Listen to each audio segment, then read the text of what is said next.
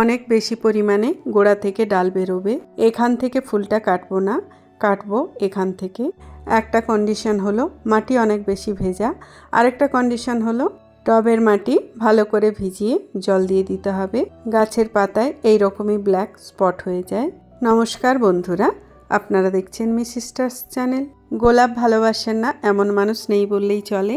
আর ঠিক সেই কারণে মানুষ তাদের ছাদে, বারান্দায় অথবা বাগানে গোলাপ গাছ লাগাতে ভালোবাসেন। শুধু গোলাপ গাছ লাগালেই হবে না, গোলাপ গাছকে বাঁচিয়ে রাখার জন্য গোলাপ গাছ লাগানোর সঠিক পদ্ধতি জানতে হবে।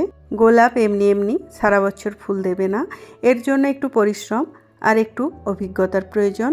আজ আমি এই ভিডিওতে আপনাদের বলবো নার্সারি থেকে গোলাপ গাছ নিয়ে আসার পরে কিভাবে লাগাবেন, কীরকম পটে লাগাবেন, এর জন্য কীরকম মাটি তৈরি করবেন, আলো, জল, সমস্ত কিছু। তো বন্ধুরা, ভিডিওটা স্কিপ না করে পুরোটা দেখুন। আজ এই ভিডিওতে আমি যেভাবে বলবো সেইভাবে আপনি যদি আপনার গোলাপ গাছ লাগান, তাহলে রিপোর্টিংয়ের পরে আপনার একটা গোলাপ গাছও নষ্ট হবে না। আর পরবর্তীকালে আপনি আপনার গোলাপ গাছ থেকে প্রচুর পরিমাণে ফুল পাবেন। তাহলে চলুন বন্ধুরা, ভিডিওটা শুরু করি। পয়েন্ট নাম্বার 1, নার্সারি থেকে গোলাপ গাছ নিয়ে আসার পরে অনেকের গাছ মরে যায়। এটা কেন হয়? এটা বলার আগে আমি আপনাদের বলে দিই, গোলাপ গাছ অটম সিজনের গাছ, মানে অক্টোবর থেকে মার্চ পর্যন্ত আপনি এই গোলাপ গাছ নার্সারিতে পেয়ে যাবেন। তবে গোলাপ গাছ আপনি সারা বছরই নার্সারিতে পেয়ে যাবেন, কিন্তু হেলদি পাবেন না। আপনি যদি গোলাপ কিনতে চান তাহলে অক্টোবর থেকে মার্চের মধ্যে কিনে নেবেন। দ্বিতীয় জিনিস হলো, দেশি গোলাপ খুব বেশি কালারের পাবেন না, কিন্তু দেশি গোলাপের মধ্যে খুব সুন্দর গন্ধ থাকে।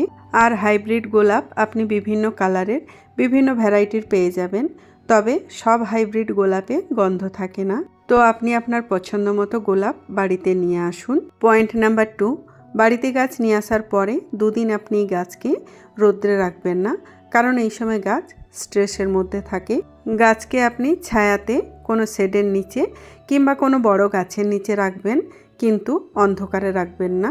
2 দিন পর গাছ যদি ঠিক থাকে, গাছের পাতা যদি ঠিক থাকে, তখন আপনি 3 দিন গাছকে রোদ্রে রাখবেন। 5 দিন পর যদি আপনার গাছ ঠিক থাকে, তখন আপনি গাছকে রিপোর্টিং করবেন, অন্য পটে শিফট করবেন।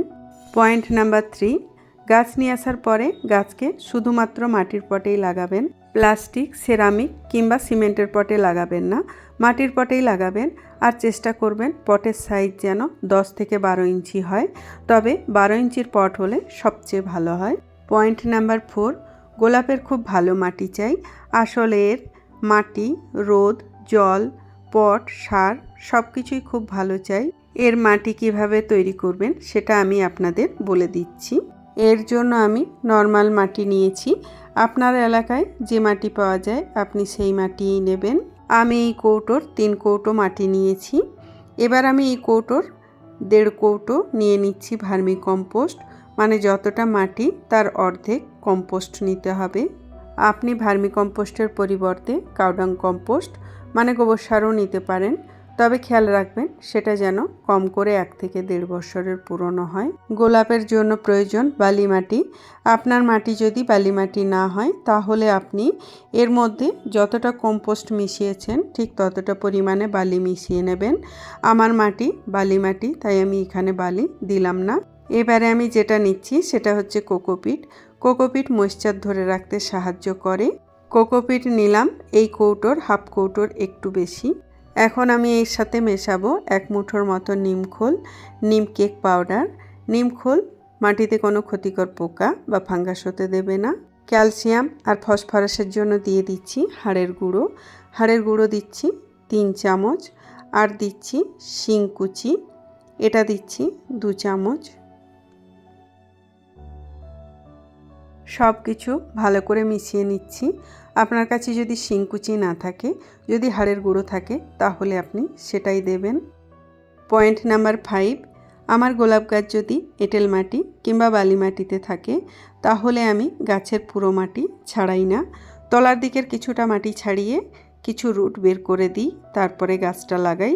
আর আমার গোলাপ গাছ যদি লাল মাটিতে থাকে, তাহলে আমি পুরো মাটি ছাড়িয়ে দিই, কারণ লাল মাটি শুকিয়ে গেলে বোঝা যায় না আর বারবার যদি এটা হতে থাকে তাহলে গোলাপ গাছ মরে যাবে। আর সেই জন্য আমার গোলাপ গাছ যদি লাল মাটিতে থাকে তাহলে আমি গাছের পুরো মাটি ছাড়িয়ে তারপরেই গাছ লাগাই। পুরো মাটি ছাড়ানোর সময় একটা জিনিস খেয়াল রাখবেন, গাছের শিকড় যেন খুব বেশি ছিঁড়ে না যায়। যদি আপনার মনে হয় গাছের শিকড় নষ্ট হচ্ছে তাহলে আপনি একটা পাত্রে জল নিয়ে সেই পাত্রে যতটা পর্যন্ত মাটি আছে ততটা পর্যন্ত বেশ কিছু সময় ডুবিয়ে রেখে দেবেন। এতে মাটি গলে যাবে আর গাছের শিকড় নষ্ট হবে না। ভালো করে চেপে চেপে মাটি দিয়ে দিতে হবে যাতে গাছ খুব ভালোভাবে সেট হয়ে যায়। গাছ একবার লাগানোর পরে এই গাছকে আর একেবারেই নাড়াবেন না। এবারে আমি গাছে জল দেব, তবে শুধু জল দেব না, এই জলের মধ্যে আমি হাফ চামচ অ্যাপসম সল্ট মিশিয়ে তারপরেই দেব। অ্যাপসম সল্ট যেমন গাছের পাতায় ক্লোরোফিল উৎপাদনে সাহায্য করে, তেমনি গাছকে রিপোর্টিংয়ের শক থেকে খুব তাড়াতাড়ি বেরিয়ে আসতেও সাহায্য করে। টবের মাটি খুব ভালো করে ভিজিয়ে জল দিয়ে দিতে হবে। জল দেওয়ার পরে গাছটাকে আমি 3-4 দিন ছায়াতে রেখে দেব। পয়েন্ট নাম্বার 6, নার্সারি থেকে গোলাপ গাছ কেনার সময় একটা জিনিসের খেয়াল রাখবেন, গাছের গ্রাফটিং নোড যেন খুব বেশি ওপরে না থাকে। গ্রাফটিং নোড যদি অনেক ওপরে থাকে তাহলে আমরা টবের যত নিচেই গাছ লাগাই না কেন গ্রাফটিং নোড মাটি থেকে অনেকটা ওপরে থেকে যাবে। গ্রাফটিং নোড মাটির যত কাছাকাছি থাকবে আমরা গাছের গোড়া থেকে মানে গ্রাফটিং নোড থেকে তত বেশি পরিমাণে ডাল পাবো। পয়েন্ট নাম্বার 7, নার্সারি থেকে যে গোলাপ গাছ আপনি নিয়ে আসবেন তাতে যদি কুঁড়ি থাকে সেটা আপনি কাটবেন না, তাতে যদি ফুল ফুটে থাকে সেটাও আপনি কাটবেন না, কিন্তু ফুলটা যখনই শুকোতে শুরু করবে তখন আপনি ফুলটা কেটে দেবেন। ওই ফুলের নিচে যে 5 পাতা আছে ঠিক তার ওপর থেকে ফুলটা কাটবেন। এর পিছনে কারণ হলো যখন কোনো গাছ কুঁড়ি তৈরি করে, কোনো গাছে ফুল ফোটে, তখন সেই গাছ তার সমস্ত এনার্জি সেই ফুলেই দিয়ে দেয়। সেই সময় গাছ তার নিজের অন্য কোনো গ্রোথ করে না, নতুন নতুন পাতা নতুন নতুন ডাল তৈরি করে না। যখনই আমরা ফুল কেটে দেব গাছ সেখান থেকে নতুন নতুন ব্রাঞ্চ তৈরি করবে আর গাছ খুব ঘন হবে। তো এইভাবে আপনি যদি আপনার গোলাপ গাছের শিফটিং করেন তাহলে শিফটিংয়ের পর আপনার একটা গোলাপ গাছও নষ্ট হবে না, আর আপনি আপনার গোলাপ গাছের গোড়া থেকে নোড এরিয়া থেকে অনেক বেশি পরিমাণে ডাল পাবেন। পয়েন্ট নাম্বার 8, এবারে আসি জলের কোথায়। গোলাপ গাছে কখন জল দিতে হবে। গোলাপ গাছের শিকড়ে আশেপাশের মাটি যদি শুকিয়ে যায় তাহলে গাছের পাতা হলুদ হয়ে যায়, গাছের পাতা ঝরে পড়ে যায়, গাছ শুকোতে শুরু করে। আর যদি শিকড়ের আশেপাশের মাটি খুব বেশি ভেজা থাকে তাহলে গাছের পাতায় এইরকমই ব্ল্যাক স্পট হয়ে যায়।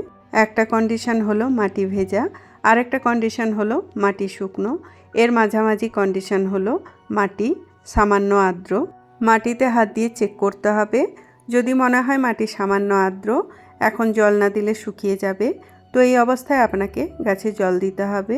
যখন আমরা গাছে জল দেব তখন খুব ভালোভাবে জল দেব, পুরো টবের মাটি ভালো করে ভিজিয়ে জল দেব। পয়েন্ট নাম্বার 9, এই গাছের কতটা রৌদ্রের প্রয়োজন। গোলাপকে আপনি যতটা রোদ দিতে পারেন ততটা দিন, 6 ঘন্টা দিন, 8 ঘন্টা দিন, 10 ঘন্টা দিন। গোলাপের জন্য কম করে 4 থেকে 5 ঘন্টার রোদের প্রয়োজন।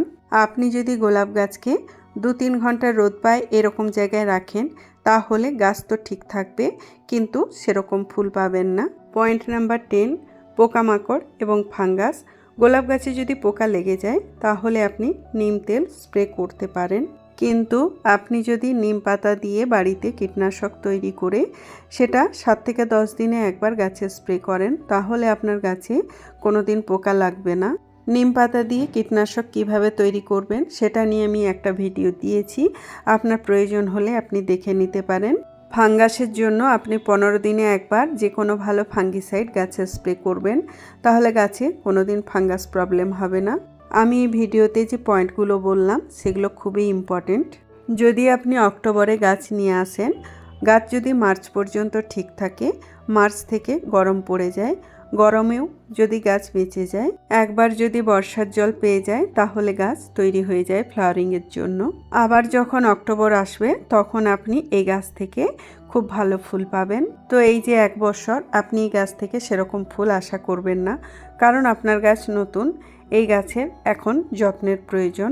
আপনার হাতে যদি সময় বেশি না থাকে, আপনি যদি খুব ব্যস্ত থাকেন তাহলে আপনি গোলাপ গাছ লাগাবেন না, কারণ এই গাছের বিশেষ পরিচর্যার প্রয়োজন। তো বন্ধুরা, আমার আজকের এই ভিডিও যদি আপনাদের উপকারে আসে, ভিডিওটা যদি ভালো লাগে তাহলে ভিডিওতে একটা লাইক করবেন, ভিডিওটা শেয়ার করবেন, আর আমাদের চ্যানেলে নতুন বন্ধু হয়ে থাকলে চ্যানেলটা সাবস্ক্রাইব করে আমাদের পাশে থাকবেন। ভিডিওটা সম্পূর্ণ দেখার জন্য আপনাকে অসংখ্য ধন্যবাদ।